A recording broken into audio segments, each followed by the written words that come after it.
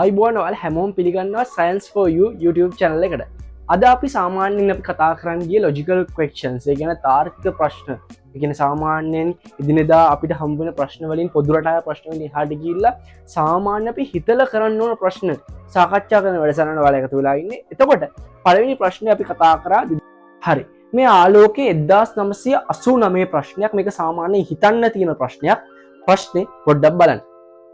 ප්‍රශ්න කියලා තියෙනවා පළවෙනි தත්ත්වයේ විදියට මේකේ වතුර පෘෂ්ඨය ඇතුලේ ඇස තිබ්බොතින් ඒවල ඇස තිබ්බොතින් මේක වීදුරු වල ඉහළ පෘෂ්ඨයේ ඉඳන් 3.1 මීටර පල්ලෙහා තියෙනවා වගේ පේනවා කියලා කියනවා.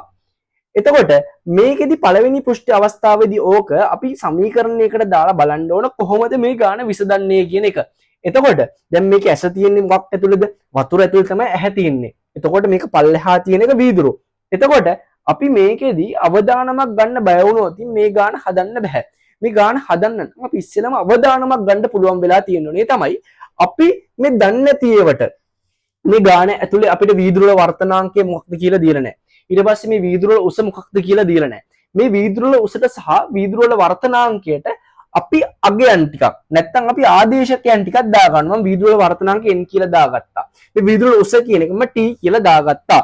මේක දාගත්තොතින් තමයි සාමාන්‍යයෙන් අපිට හදන්න මේ ගානක් හදන්න පුළුවන් වෙන්නේ. එතකොට හැමතිස්සෙම මතක තියාගන්න කිසිම විටක A level කරද්දී අවදානමක් ගන්න බය වෙන්න එපා. දැන් අපි ගාන හදමු. එතකොට දැන් මේකෙදි පළවෙනි අවස්ථාවේ කියලා තියෙනවා A වල ඇස තිබ්බොතින් වීදුරු ලිහිර පෘෂ්ඨයේ ඉඳන් 3.1 මීටර පල්ලෙහා තියෙනවා කියන එක පේනවා. මේක වර්තනීය සංසිද්ධියක් නිසා තමයි මේක සිද්ධ වෙලා තියෙන්නේ. එතකොට මේකේ සත්‍ය ගැඹුර වෙන්නේ අපි පාවිච්චි කරපු සත්‍ය ගැඹුර වෙන්නේ t. t තමයි සත්‍ය ගැඹුර වෙන්නේ. එතකොට මේකේ දෘශ්‍ය ගැඹුර වෙන්නේ මොකද්ද? දෘශ්‍ය ගැඹුර වෙන්නේ ඔයාලා දන්නවා 3.1 මීටර මෙතන කියලා තියෙනවා 3.1 මීටර තමයි දෘශ්‍ය ගැඹුර කියලා. එතකොට ඔයාලා දන්නවා සමීකරණයක් තියෙනවා සත්‍ය ගැඹුර බෙදීම දෘශ්‍ය ගැඹුර සමාන වෙනවා සත්‍ය වශයෙන් වස්තුව ඇති මාධ්‍ය වර්තනාංකය සත්‍ය වශයෙන් වස්තුව ඇති මාධ්‍ය වර්තනාංකය ඊට පස්සේ දෘශ්‍ය ගැඹුර ඇස ඇති මාධ්‍ය වර්තනාංකය. මේක මම ලේසියෙන් මතක තියාගන්නේ සත්‍ය ගැඹුර බෙදීම දෘශ්‍ය ගැඹුර කියන එක සත්‍ය කියන එක සත්‍ය වශයෙන් වස්තුව ඇති මාධ්‍ය වර්තනාංකය දෘශ්‍ය කියන ඇහැ තියෙන නිසා දෘශ්‍ය සාමාන්‍ය ඇහෙන් සිද්ධ වෙන නිසා ඇස ඇති මාධ්‍ය වර්තනාංකය කියලා තමයි මම සාමාන්‍යයෙන් මේක මතක තියාගෙන තියෙන්නේ. එතකොට දැන් මේකේ t බෙදීම 3.1 මීටර සමාන වෙනවා මේකේ සත්‍ය වශයෙන් ඇස සත්‍ය වශයෙන් වස්තුව ඇති මාධ්‍ය වර්තනාංකය වෙන්නේ මේක පල්ලෙහා තියෙන්නේ පල්ලෙහා වීදුරු වල තමයි මේක තියෙන්නේ නිසා මම n කියලා දානවා. ඊට පස්සේ ඇස ඇති මාධ්‍ය වර්තනාංකය කියද්දි ඇස තියෙන වතුර ඇතුලේ ඒ හින්දා වතුරේ වර්තනාංකය අපිට දීලා තිබ්බ 4 බෙදීම 3 කියලා. එතකොට මේක t බෙදීම 3.1 මීටර n බෙදීම 4 බෙදීම 3 කියලා වෙනවා. එතකොට යට 3 4 බෙදීම 3 මේ 3 කැපිලා යනවා. t සමානයි n බෙදීම 4 කියන එක එනවා. t සමානයි n බෙදීම 4 කියන එක එනවා. පැහැදිලිද? පැහැදිලි කියලා හිතනවා. ඊට පස්සේ කැලේදී කියනවා මේ b වල ඇස තිබ්බයින් පස්සේ b වල ඇස තිබුණයින් පස්සේ මෙයා b වල ඇහැ තියලා බැලුවතින් පල්ලෙහා මේ ලක්ෂ්‍ය වීදුරු වල ඉහළ ලක්ෂයේ තියෙනවා කියලා පේනවලු. වීදුරු වල ඉහළ ලක්ෂයේ තියෙනවා කියන පේනවලු. එතකොට මේ සංසිද්ධිය වර්තනයේ අපි දාන්න ඕන වර්තනයේ d සමානයි t එක ඍණ 1යට n කියන දෘශ්‍ය විස්ථාපන සූත්‍රයට ඒ තමයි d සමාන වෙනවා t වතාවක් එක ඍණ 1යට n. අපි දාමු මේ සූත්‍රයටත්. ඉතින් මේ සූත්‍රයට දාද්දි ඔයා දන්නවා d කියන එක දෘශ්‍ය විස්ථාපනය කියන එක මෙන්න දෘශ්‍ය විස්ථාපනය. ඒතර t තමයි දෘශ්‍ය විස්ථාපනය. ඊට පස්සේ මේකේ සත්‍ය ගැඹුර වෙන්නේ t වතාවක් එක ඍණ 1යට n කියන්නේ මේකේ වර්තනාංකය n නිසා 1යට n කියන එක දානවා. පැහැදිලිද?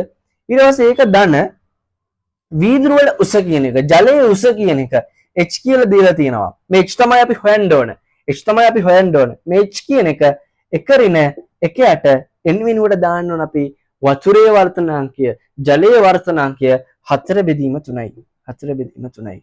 බලන්න දැන් එනවා t සමානයි t වතාවක් එක ඍණ 1යට n සමානයි h ධන මේක සුළු කරලා ගත්තොත් මෙතන එනවා 4න් 3යි 4න් 1යි. පැහැදිලිද? ආයලොවෙත්ම. දැන් මම මෙතන ඔප්පු කරගත්ත එක මෙතන ඔප්පු කරගත්ත සිද්ධිය මම මෙතනට ආදේශ කරනවා. t සමානයි n බෙදීම 4 කියන එක. දැන් මම මෙතනට ආදේශ කරලා බලන මොනවා හරි දෙයක් කරන්න පුළුවන්ද කියලා. නැත්නම් t සමාන n බෙදීම 4 හරි n සමාන 4යි t කියන එක ආදේශ කරලා බලනවා. ඒ අනුව මම t වෙනුවට n බෙදීම 4 දාලා බලනවා. සමානයි n බෙදීම 4යි 1 ඍණ 1ට n ධන h බෙදීම 4යි. එතකොට මේක n බෙදීම 4 මේ පැත්තේ තිබිලා මේ පැත්තේ මේක මම ප්‍රසාරණය කර ගන්නවා n බෙදීම 4 n බෙදීම 4 ඍණ මේ n ට n කැපිලා ගිහිල්ලා 1ට 4 කියන එක එනවා ධන h බෙදීම 4. දැන් ඔයාලා දන්නවා මෙතනත් n බෙදීම 4ක් මෙතනත් n බෙදීම 4ක් නිසා මේ n බෙදීම 4ට මේ n බෙදීම 4 කැපිලා යනවා මේකට මෙයා කැපිලා යනවා. එතකොට h බෙදීම 4 සමාන වෙනවා 1ට 4 කියන එක එනවා. h බෙදීම 4 1ට 4ට සමාන වෙනවා. h සමානයි 1 මීටර කියන එක එනවා. h සමානයි 1 මීටර කියන එක එනවා. සාමාන්‍යයෙන් මේ ගාන හදන්න නම් අපිට අගයන් ආදේශ කිරීම අවදානම ගන්නම් වෙනවා. ඒ කියන්නේ මේකේ සත්‍ය උස කියන එක t කියන එක අපි දාගන්න ඕන. මේ වීදුරුවල වර්තනාංක n කියන එක අපි දාගන්න ඕන. අපි මේක දැම්මේ නැත්නම් මේ ගාන හදන්න අමාරු. ඒක තමයි අපි කියන්නේ. මම කියන්නේ. මේක සාමාන්‍ය රටාවෙන් එහාට ගිය ප්‍රශ්නයක්. එතකොට ඔයාලා එකතු වෙලා ඉන්න. මේ වගේම සාමාන්‍ය රටාවෙන් එහාට ගියපු හොඳ ප්‍රශ්න අපි ඉදිරියේදී සාකච්ඡා කරමු. බොහොම ස්තුතියි.